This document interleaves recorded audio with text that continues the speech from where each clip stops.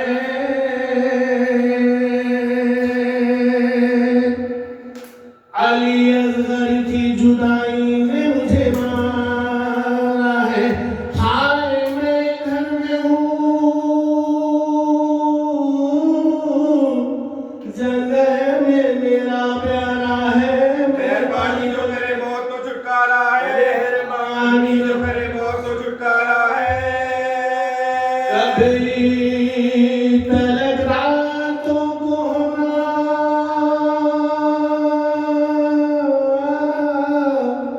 لو فریاد کرے یا الہی علی اصغر مجھے اب یاد کرے علی اصغر مجھے اب یاد کرے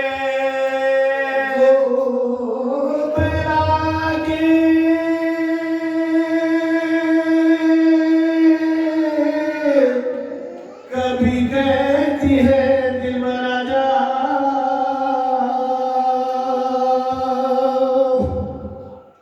روح بے چین ہے آجا علی اصغر آجا دل تڑپتا ہے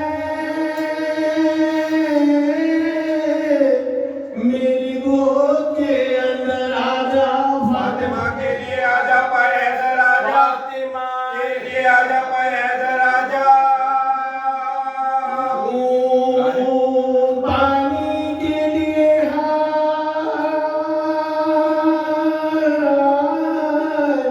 تیری جان گئی والی گئی قربان گئی والی گئی قربان گئی آگ سینے سے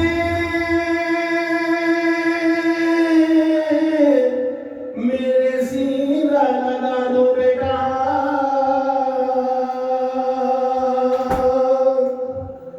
آگ بھڑکی ہے کلیجے میں بجھا دو بیٹا خشک منہ اپنا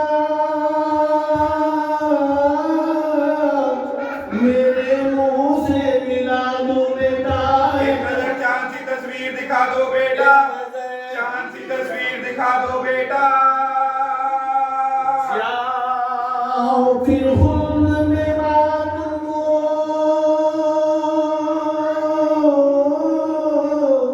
نہ بہلائے گی ایک دم سے نہ زیادہ تمہیں ڈرائے گی ایک دم سے نہ زیادہ تمہیں ڈرائے گی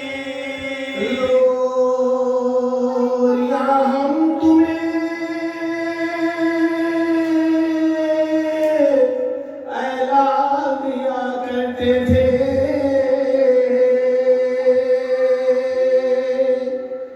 آپ لیٹے ہوئے جھولے میں ہنسا کرتے تھے گھٹنیوں اگر آپ چلا کرتے تھے گھٹا بغیر ساتھ رہا کرتے تھے گھٹا بغیر ساتھ رہا کرتے تھے ماں باپ سے قسمت نے چھڑایا تم کو سونے جنگل میں میری یاد سلایا تم کو سونے جنگل میں میری یاد سلایا تم کو خوشب سوتی ہے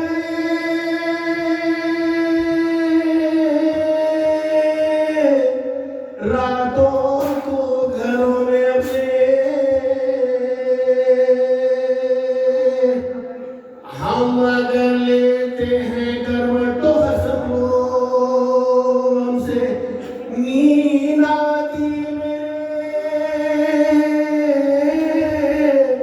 پہلوں میں اگر تم ہوتے تم تو اللہ کے جگر گود میں مر سکتے گئے تم تو اللہ کے جگر گود میں مر سکتے گئے یاد اس پالنے والی کی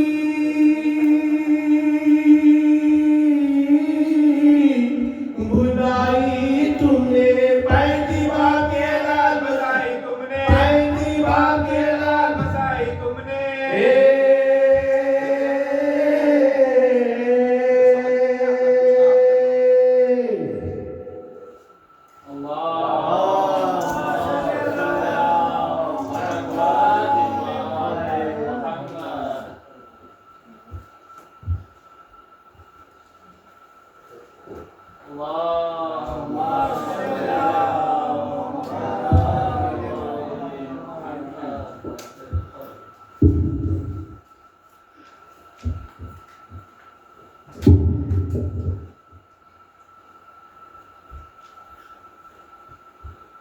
لا حول ولا قوة إلا بالله العلي العظيم أعوذ بالله من الشيطان اللعين الرجيم بسم اللہ الرحمن الرحیم الحمد للہ رب العالمین والصلاة والسلام علی اشرف الانبیاء والمرسلین خاتم النبیین رحمت للعالمین ابو القاسم محمد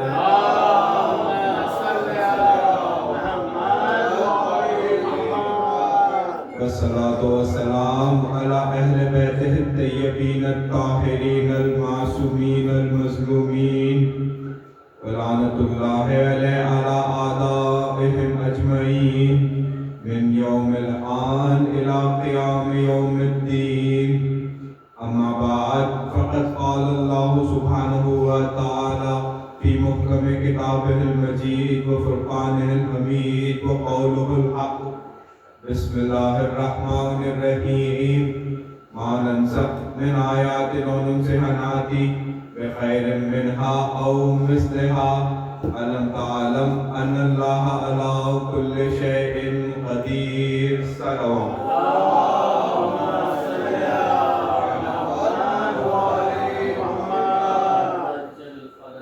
عزیزان ذی وقار محبان حیدر کرار عزاداران امام مظلوم اس عشرے کی 5ویں نشست سے آپ روبرو ہونے جا رہے ہیں اور پچھلے 4 دنوں سے مسلسل ہم سورہ بقرہ کی اس آیت کے ذیل میں گفتگو کر رہے ہیں اور اپنی عقیدت میں اضافہ بھی کر رہے ہیں اور اس آیت میں پروردگار عالم کا ارشاد ہو رہا ہے کہ جب بھی میں کسی آیت کو منسوخ کرتا ہوں یا اسے اٹھا لیتا ہوں تو میری سنت یہ ہے کہ یا تو اس سے بہتر آیت لے کے آتا ہوں یا اس جیسی مثل لے کے آتا ہوں اور میں ایسا کر سکتا ہوں کیونکہ میں ہر شے پہ قدرت رکھتا ہوں۔ پچھلے 4 دنوں میں ہم نے یہ سمجھنے کی کوشش کی کہ آیات سے ہدایت کیسے لی جائے۔ مثلا پہلے دن اگر آپ کو گفتگو یاد ہو تو ہم نے آیات کے سے استفادہ کرتے ہوئے ولایت علی تک کا سفر طے کیا۔ اس کے بعد کی مجلس میں ہم نے یہ بتایا کہ قرآن میراث ہے، اہل بیت وارث ہے، اور پھر تیسری مجلس میں گفتگو یہاں تک پہنچی کہ ہم نے بتایا کہ جو بھی بنا معرفت کے ان آیتوں کی تلاوت کرے تو اسے تکبر ہوتا ہے، وہ تکبر کا شکار ہوتا ہے، پھر اس کی سنت شیطان کی سنت ہوتی ہے۔ اور اسی مجلس میں ہم نے لفظ عالی پر بھی گفتگو و بحث کی۔ کل کی مجلس میں مجھے یہ سعادت حاصل ہوئی کہ اس موضوع سے متصل میں شہزادی بی بی زینب سلام اللہ علیہا ایک سلوات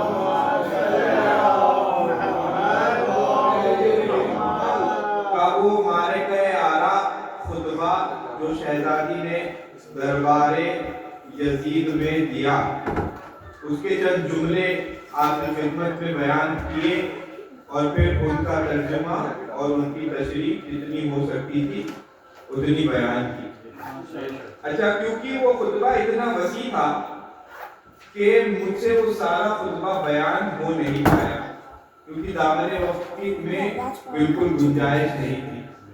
انشاءاللہ آگے آنے والی مجالس میں خصوصاً 9 محرم کی جو مجلس یہاں پہ منعقد ہوگی، آپ کو اسی بی بی کے خطبے کے چند جملوں سے روبرو کروائیں گے جس میں شہزادی عالمیان ثانیہ زہرا بی بی نے اپنے بھائی امام حسین کا تعارف کیا۔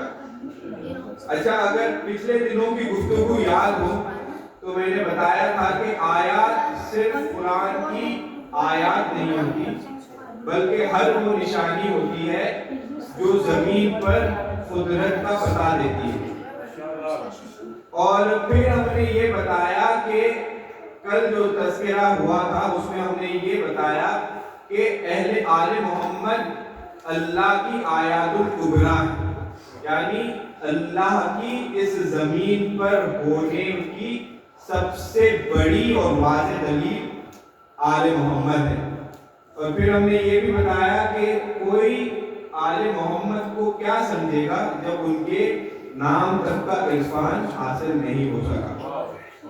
اچھا یہ وہ ہستیاں ہیں کہ یہ اگر قرآن میں آئے تو قرآن کی زینت بڑھاتے, لوگوں کی عزت ان کے پروفیشن سے ہوتی ہے, ان کے علم سے ہوتی ہے. ان کی عزت ان کے پروفیشن کی وجہ سے نہیں, یہ عزت لینے والے نہیں عزت دینے والے. اس کی دلیل یہ ہے کہ یہ جہاں بھی اپنے مقدس قدم رکھ دے وہ زمین بابرکت ہو جاتی. اگر یہ مدینے میں جائے تو مدینے کو منورہ کر دے, یہ مکے میں جائے یہ مکے کو معظمہ کر دے, یہ مشہد میں جائے تو مشہد کو مقدس کر دے. اچھا شہر کئی سارے شریف ہیں, بغداد شریف ہے, ہمارے اجمیر میں اجمیر شریف ہے, لیکن جب میرا مولا نجف گیا تو پھر شریف نہیں بنایا نجف کو, شریف کی سپرلیٹو ڈگری یعنی اشرف بنایا. ایک صلوات بھیجے محمد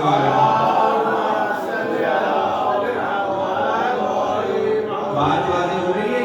شریف نہیں, شریف سے بہتر اشرف یعنی جیسے انگلش میں کہتے ہیں گڈ بیٹر بیسٹ, اچھا بہتر اور سب سے اچھا, ویسے ہی عربی میں شریف ہے اس کی سپرلیٹو ڈگری یعنی اس کی حد, شرافت کی حد کو اشرف کہتے ہیں.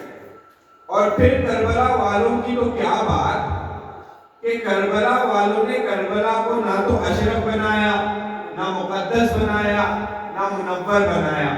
کربلا والوں نے کربلا کو سیدھا کربلا معلیٰ بنا دیا. ایک صلوات بھیجے محمد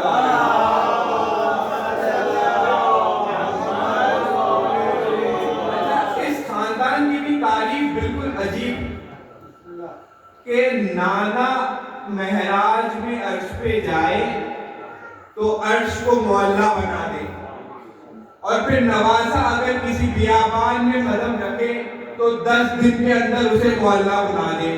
ایک جملہ واضح کروں, جملہ کھول دوں یہ دیکھیے معلیٰ کی تعریف کیا ہے. معلیٰ کی تعریف یہ ہے کہ معلیٰ اس جگہ کو کہتے ہیں جہاں اللہ ہو. تو بس اب فیصلہ کیجئے, یا مانو یا منواؤ کہ ایک عرش معلیٰ ایک کربلا معلیٰ, دنیا میں صرف 2 معلے ہیں, یا مانو یا منواؤ کہ کربلا معلیٰ اس لیے ہے کیونکہ وہاں اللہ ہے. تو اب مجھے کہنے کی اجازت دینا کہ یا تو کربلا معلیٰ اس لیے ہوا کہ یہاں اللہ ہے, یا عرش معلیٰ اس لیے ہوا کیونکہ وہاں حسین ہے. ایک صلوات بھیجے